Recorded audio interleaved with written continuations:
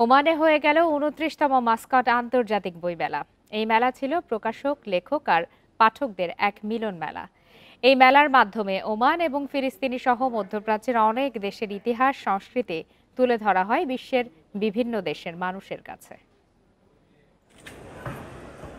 বইপ্রেমী আর লেখকদের এক মিলন মেলা হয়ে গেল ওমানের মাস্কট আন্তর্জাতিক বই মেলায়। মেলার স্টলগুলোতে ছিল শত শত বই। এক ছাদের নিচেই দেশ বিদেশের স্বনামধন্য সব লেখকদের বই দেখতে এবং কিনতে ভিড় করেন নানান দেশ থেকে আসা দর্শনার্থীরা।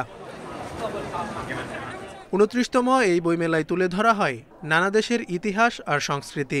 বিশ্বের বিভিন্ন দেশ ও অঞ্চল থেকে আসা দর্শনার্থীরা ঘুরে দেখেন মেলা প্রাঙ্গণ।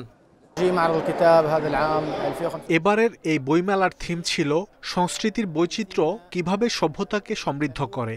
আন্তর্জাতিক মানের সব লেখকদের বই ছিল এখানে। এছাড়া শিশুদের সাহিত্য নিয়ে বেশ আগ্রহ দেখা গেছে এখানে।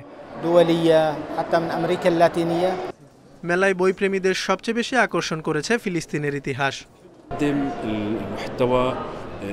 ফিলিস্তিনের রাজনৈতিক ভৌগোলিক বিভিন্ন বিষয় তুলে ধরেছি বইতে।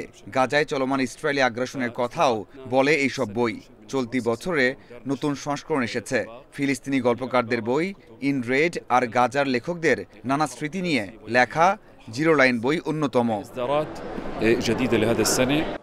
মেলায় বইয়ের পাশাপাশি ছিল সব দেশের মানচিত্র। ওমানের পাশাপাশি গালফভুক্ত অন্যান্য সদস্য দেশের ইতিহাস সম্পর্কেও জানতে পেরেছেন দর্শনার্থীরা।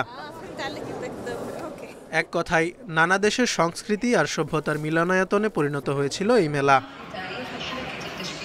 এবারের মেলায় অংশ নিয়েছেন বিশ্বের ৩৫টি দেশ থেকে আসা ৬৭৪ জন প্রকাশক। মেলায় আনা হয় কয়েক লাখ বই, যার মধ্যে ৫৫,০০০ই নতুন। প্রতি বছরই মাস্কট বইমেলা আন্তর্জাতিক লেখক, প্রকাশক ও দর্শনার্থীদের নজর কাড়ে। Zubair Hussain, independent news.